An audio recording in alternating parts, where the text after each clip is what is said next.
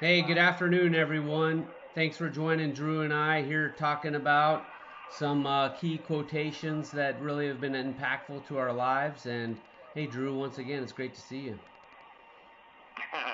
Yeah, notable quotables, man. I think I heard that on the news channel up here. Yeah, Yeah, last week we talked a little bit.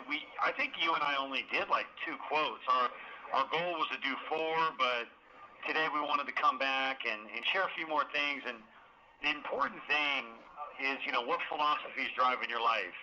If we were having this conversation in the 1990s, I'd probably be quoting some rap stars or something like whatever they said was yeah, was directing my life. yep, So, but here I sit in prison today, and now I have new words, new philosophy guiding my life. Man, how's your week been? How's your day? You said you got a killer workout in this morning. What was that all about? yeah. It was excellent. So I listened to Peter Attia, I think is how you say his name. He was just on Joe Yeah, I heard that name Rogan. before. Yeah, so Nick and I were watching that, watching some little clips of Joe Rogan on YouTube, and he was talking about longevity, and he said that he you can increase your longevity by 5 times if you do 45 minutes of Heart Zone 2 four times a week. And I'm like, holy crap, So, anyways, so I did my little 45 minutes on my assault bike, Airdyne, and then Okay, it's not static. It's moving. yeah, and then I did a pretty good four supersets of two sets 4 times, working out full body lift. So I'm feeling pretty good. It's been a while since I've been actually getting my whole body working. So I got to get ready before Drew gets out because I need to beat his butt. Yeah, You know, uh, you better get it right, otherwise it is gonna suck for you when I get down to Kansas City, man. Um, we're getting ready to go do the Spartan workout in the rain. It's rainy, it's nasty up here right uh, now. But what's that old Army slogan? Embrace the suck. yep. So, yeah, we're going to go do the Spartan workout. It's 10 exercises, performed for a minute apiece with 25-pound dumbbells. I do 30s because I'm that guy. Yeah. So, but yeah, we're going to do that today. Man, I'm dead tired. We had the daddy-daughter dance. Little Anaya came down to visit me, and this little two Oh, and a that's half year awesome. old man, I'm telling you, I don't care how many Spartan workouts I do. Like this girl, she ran me into the dirt. Yeah. She ran me into the dirt. She does this thing where she runs and she looks back. She wants you to chase her. Yep. And I mean, we did that for like an hour straight. That was like running like interval sprinting drills or something. Oh, that's awesome. I crashed out after that was an exhausting but well worth it, like 3 or 4 hours. Yeah, it's so nice So to connect with little ones like that, and I imagine more yeah, so for you. But we have Jennifer and I have a godson, her cousin's kid, and going and seeing them and playing with them is pretty awesome. It's neat being around little yeah. young ones. So No, that's it's the gratitude thing. I don't know. I don't know what, how long, or to what capacity I'll be able to be in her life. But I tell you what, she is a total angel of God sent. Like I love every time she smiles or laughs or yeah, she's a joy to be around. And I try to. She's a major gratitude thing in my life. I'm using that to yeah, generate gratitude. Um, what else, man? That's about it. Tired. I got to go work out today. Yesterday was amazing. I journaled it, and then today, just getting ready to share some notable quotables and talk about how we're growing. Why are we living life? What is driving us? What wins? Did you see in one of the journals you sent me? You're talking about Odysseus. What wins are pushing you? yeah. So, You know, what motivation, what inspiration, what dreams, what philosophy, what yeah, words are giving you life, are giving you motivation? yeah. So So, I'll kick it off. I think I feel really fortunate that I had a personality full of drive, all of my life, and I really try hard to keep that flame kindled, and burning strong. You know, because I think that's the challenge, especially when you start getting like an old fart like myself. You know, don't ease up. You got to keep on pushing. You got to keep on using it and working it. Otherwise, it's going to start, getting complacent and atrophying and decaying. You know, and I think that if you're smarter, if you're smart about it, you can keep that momentum going and keep on going up. And so, um, anyways, you talked about philosophies, so I got derailed. I just wanted to share that real quick. That goes back to that Peter Attia comment, I like it, the whole trajectory thing. Yeah, but one of my favorite quotes that I share with my team, I actually, learned face to face from the Special Operations Commander in Turkey. We visited him because we were designing training platforms for future special operations that might deploy to Syria and Iraq. And this is, when we were going against ISIS. And we were interviewing the leadership and the staff to glean out what are those key problems or key, tactics, techniques, or procedures that are really worthy to consider and actually then, document and master if you wanted to be an exceptional professional and successful in this type of conflict. And so one of the first things that came out of that general's mouth was, whenever he's getting an update from somebody and they're talking about like the 5 W's, who, what, when, where, and why, he would always say, hey, give me the real meaning of the information you're giving me. And he'd say, so what? So what? What does that mean? And then once you distill out what that means, then he'd say, hey, what's next? What are we going to do about it? And then who else needs to know this information? Because a lot of times, whether it's new intel or new trends that you're starting to see on the battlefield, there's other people out there that could be harmed by that. Or it could be an opportunity that you need to jump on and take advantage of. And even though I'm now working in the Honeywell corporate world and, crunching numbers, we're still making business decisions. And new emergent information is always coming up from inside the business or from higher or whatever. You always need to be asking yourself, hey, so what? What does that mean? And then what's next? Who needs to know? And that type of collaboration of trying to share the information to the critical people, I think is vital to have organizational success. So that's my first one. Man, how do you? Okay, so because that one actually confused me, and I told it to my boss out of work, who was in the Army. He deployed multiple times in Iraq, and I say that the so what, what's next, who needs to know? And his initial way of explaining it was like, so what? It's going to suck. So what? Yeah. And then I had to come to you and say, hey, what does he mean by so what? And I like what you said. It was more about, okay, you've given me this information.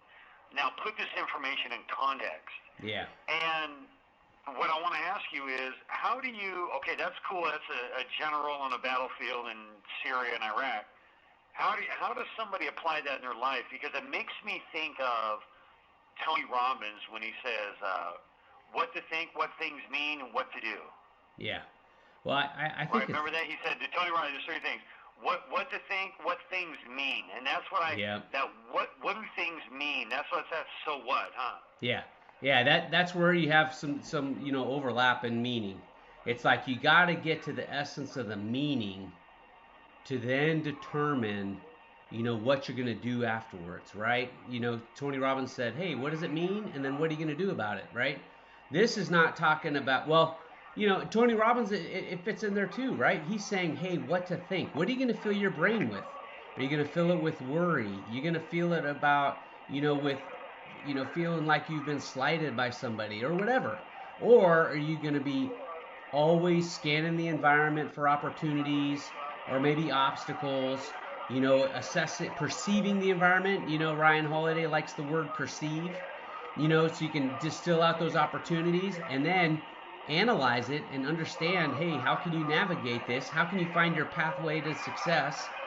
And that's the meaning that you're pursuing, because there might be an opportunity or an obstacle that you need to consider as you go forward. So a lot of, we got Ryan Holiday, Tony Robbins. Okay, but do you think that what people do you think that we we receive information and we don't put it in context first, the so what, and then we just straight jump to what's next, who needs to know. Do you think that's why we're so reactionary? Well, but Or how people could be, you could be in a relationship, could be in your work environment, or could be you're living with cellies like I live with, you know. You don't put, Drew, you don't do that. That so what? That first filter is important, right? Well, it's that, but not many people think about what's next. You know, nobody really plans and prepares for the future. And then also inside of organizations, sometimes people just, you know, they're only concerned about what they're responsible for, and they don't think bigger picture for the business or the army or the nation. And you're like, hey, this is actually even though I'm not responsible for economics in this region, I should probably tell this to the State Department because then they could use that to the U.S. government advantage for such and such. You know, so that you got to think big picture, right? Zoom out from your little piece of the forest and the trees you're looking at, and zoom out and say, hey, that's actually a great nugget of info that somebody over here could benefit from. And that's how you can transcend and be like a impactful organizational leader, is by sharing that vital info, you know, in support of others. All right, it was very professional, very technical. Thank you. Hopefully we can apply that. Hopefully the listeners can take that and kind of apply it in life. So what? What's next? Who needs to know? Yeah, I'm sure it works. Okay, I got one. I'm sure it works in construction too. Attributed to Eric Greitens. Yeah. But I like that he said this. I wrote this down. It says, great changes come when we make small adjustments with great conviction. Man, this thing really like impact. You know, we talk a lot about I forget who it was. Chase the 1%. Brian Johnson. Yeah. That one where chasing that 1%. Yep. A lot of times, you know, a lot of the change in my life, I'm trying to tackle like this great big bunch. And I always kind of like, I end up meeting discouragement. I end up, you know, kind of failing or floundering. But I just think that, you know, the reason this one impacts me, make small adjustments today, Drew. Make a small adjustment to my attitude. Make a small adjustment towards how I respond when my boss asks me for something. You know, don't grumble. Don't complain about things. These are the small adjustments that, compounded over time, will make me into the person I really want to be. Yep. You know, to get them to go, I want to be, you know, kind and loving and generous and fair and funny and knowledgeable. Yep. You know, well, you're not really going to hit all those things, right? Well, let's go after knowledgeable today. Or let's pursue that. Let's go after funny. Or let's have a sense of humor. Let's not take things personally. And then if I can take that small adjustment and then but attack it with great conviction, then it's going to stick in my life. Yep. So to me, you know, great change. So if you really want great change in your life, which we all do, it comes through minor adjustments done with great conviction. Yep. So that's mine. Yeah, I think that's awesome. Switch yours. Yeah, I think that applies to everything. You know, in developing skills, you know, your diet, your even, you know, and like, you know, what you hinted towards is, hey, what are you thinking about? You know, and if you just make a little adjustment there, it makes a big deal in the long run. And then, you know, if you're always continually, you know, that plane flying from, you know, New York to, you know, Seattle, Washington, minor adjustments over time and staying on course, you know, be in the present moment, you know, because you're gonna the wind is gonna blow you, and you're gonna have to, you know, you're gonna have a bad day. You got to make that adjustment to get back on azimuth and, you know, and make it to your destination. And I think that's pretty vital. And so yeah, my daily metrics, you know, drink 16 ounces of water and take my vitamins, stretch, I do a little bit of ab work, take a sip of my coffee, pray, you know, have a mindful moment and pray to God, and then read the Bible. And these like, well, I don't know, 6 things or whatever it is, they set the tone for my day. Yep. So by the time I make first contact with somebody, I've already done these things. I've already kind of calibrated, you know, something on the inside of me. Yep. And but when I got to do these things with great conviction now too, and that's the other element. You got to make small adjustments, but you have to do it recognizing the impact it's going to have overall. So it has to be done with great conviction. And that kind of goes to that Viktor Frankl, he who has a why to live for can bear almost anyhow. Yep. You have to have that why. Yeah. For me, being in prison, as long as I've been in prison, and speaking of being in prison, there's a friend of mine named Tony Johnson that reached out to me recently. We went to high school together. He grew up across the street from me. He did 7 years in prison, I think down in Arizona. He gave me an Arizona area code to call him at. But he's making a great impact. I look forward to talking to him here soon. But he's making a great impact in life because he figured out his why. Yeah. And it had to do with giving back and helping other people. So, another thing, if you want to make great changes, you want to make great adjustments, what's your why? And for me, this next half of my life, being the best half of my life, that's my why. What I really am meant to bring to this world was distilled in here, but it'll be brought to life out there. Yeah. And so that's why the minutes matter. All right, back to you. All right. Well, one that resonates with me and keeps me going, sort of pivots off of what you were just saying. And I got this from Dr. Wayne Dyer, and he said, and he spun it off of some comments from Oliver Wendell Holmes, but he said, "Don't die with the music still inside you," and to me that really challenged me. It's like, hey, wait a second,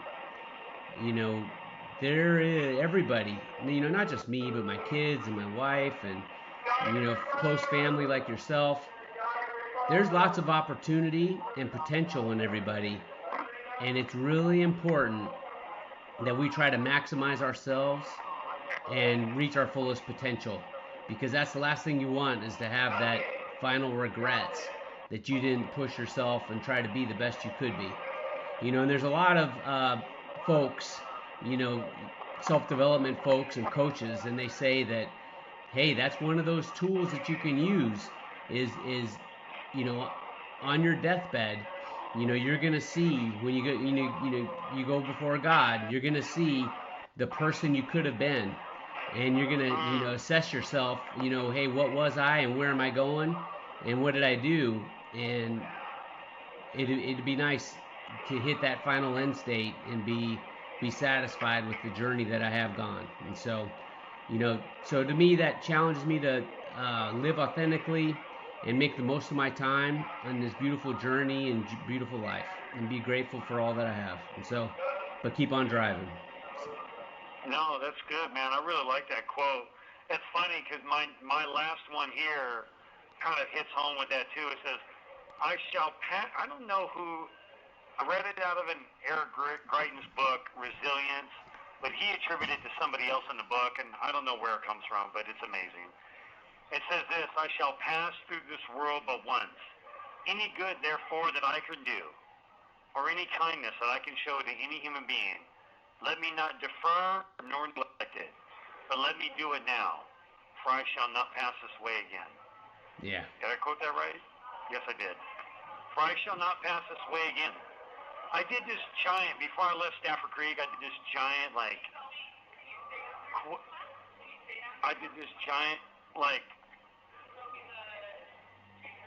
I don't know what's going on around there. They're having some sort of emergency. Okay. But anyways, so I did this giant, like, Celtic Tree of Life. Oh, wow. Plaque. I mean, it was humongous. It was like at least 36 inches in diameter, and it's just all the root system in the tree was all Celtic knotwork, and then floor-shaped branches. And I did the history of everybody that passed through that wood shop. And the people that started the wood shop, I put in the root system, and the people that founded the shop, I put in the trunk. And then, because I spent 18 years in that wood shop, one of the giant branches coming off the tree, I put my name, and then I hung up on the wall to where in the years that come, people that pass through that shop and either learn a great skill or teach someone else a great skill. Hey, can you shut that door? Hey, bro, can you shut that door? Thank you. Learn a great skill, can put their name on that shop. That's right? awesome. And anyway, so this quote I put on there because hopefully you just pass it there but once. Yeah. So, you know, where'd you go? Hey, I went. You're talking about woodwork, so I got to show off some of your woodwork. Oh, All yeah, right. So we got a very nice Yeah, wood crystal box there. here, and a hand-drawn wood burn Special Forces crest. Yep, you can Yeah. see the laid I multi-layer remember wood that. on this nice box. Yeah. No screw box with the hinge, and then inside, you got the triple canopy, Special Forces tabs, Yeah. Ranger Airborne. Man, I remember working on that thing for you. You Oh paid man. me really well for that too. I really appreciate that. So that is maple. That's maple mainly where the wood burning is, but the black wood is called Wingay. Comes from Africa. Then there's yellow heart, and then the green for the army. Because I try to mimic your colors a little bit. The green is poplar wood. But man, I shall pass through this world but once. Yep. And it's something I want to remember, that I have this one shot to be kind today, to be loving, to care, to be generous, to be a servant. Yep. Whether that's loving on little Naya yesterday or my friendship with Tony Johnson, that, hopefully reconnect with him sometime soon. That I have this one shot. I shall pass through this world but once. I don't always have another shot. And I almost blew my only one I got. But thank God, by the grace of God, I get another chance. Yeah. So this quote really impacts me. All right. Anyway, minute 50 left. I think we're going to get back to talking about books eventually. We want to tell everybody listening, man, what quotes are driving your life? What words have you heard that have impacted your heart, your soul, that have changed the trajectory of your life? Share that with us. Hit us up, colonelandconvict.com. Is that right? Yep. Gmail, what is it? colonelandconvict.com. And it was great talking to you, Drew. I think your quotes are pretty awesome. I still had one left over. I will not lie, cheat, or steal, nor tolerate those who do. Little cadet honor code that I got from West Point. Set the foundation for me in character development. And I pass that on to my boys, because I think that's a good way to live, is honoring those basic principles. So West Point. But I didn't get it when I visited you there. I didn't get it. I didn't want to be there until I couldn't be there. Yeah.